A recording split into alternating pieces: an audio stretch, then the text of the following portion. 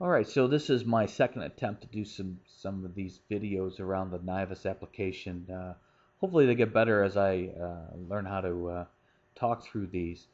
Right now I have a little scenario put together where I'm going to show you how to utilize CFCs to extend the Knivis content management system utilizing the online Coldfusion editor that's built into Knivis itself.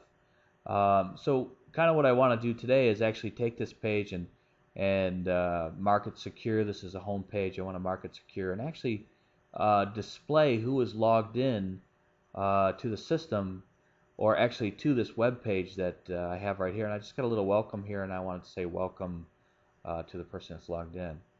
And we'll use CFCs to do that. So how do you do that? Well, you got to log right into Knivis. And we're going to log in as the administrator here.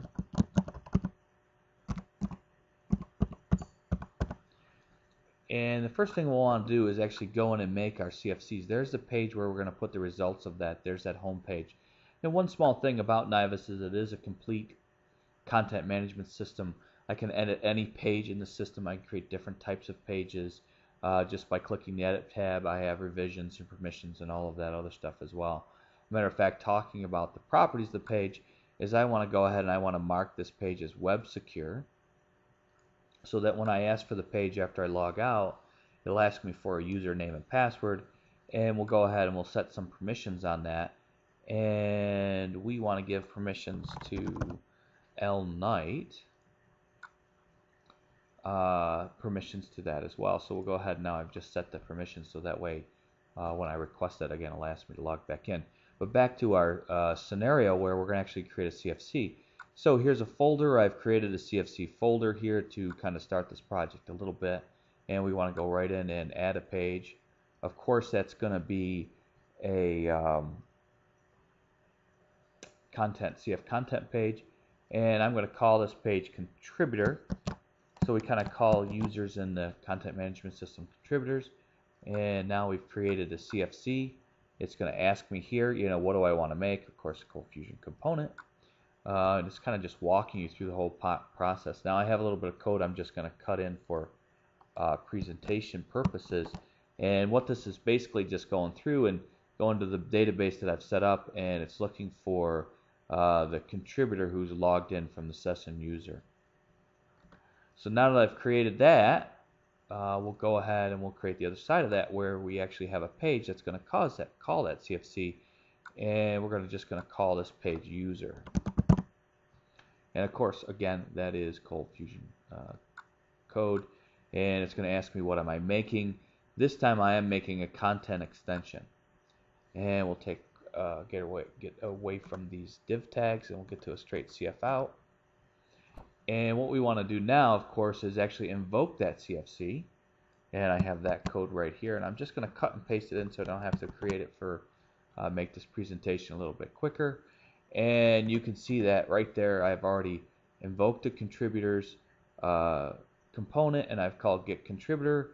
And we're going to call that user, which brings back the whole query. And that's what I'm bringing back. And if I click save, you can see that I get a nice error, and it says that that particular component is not available because I named this without an S. So let's go ahead and we'll go ahead and modify that. And we should have success now. So there we go. The administrator's logged in. So the next part of this is actually to take that user code that gets executed and calls a CFC and actually put it onto the home page here. So how would we do that? Of course, it's just go ahead and edit. And right after that, we want to type in content underscore block. And we're going to type in user. And when I go ahead and save that, the results should give me welcome administrator. And there you go, welcome administrator. So what it's done here is it's gone ahead and executed this code and called that CFC and brought that all the way back and displayed it on that page. Now if I log out and I go back to the basic part of this site, it's actually going to ask me for a username and password on that. And if I type in lknight, that's the user that we gave permissions to, and it's going to say welcome Lance Knight, or lknight, which is the name of that particular user. So there, in about 5 minutes, I showed you how to put in a CFC, secure a page within the site, and just utilize quite a bit of components within the content management system. Hopefully the volume on this particular presentation was better than my last. Thank you very much.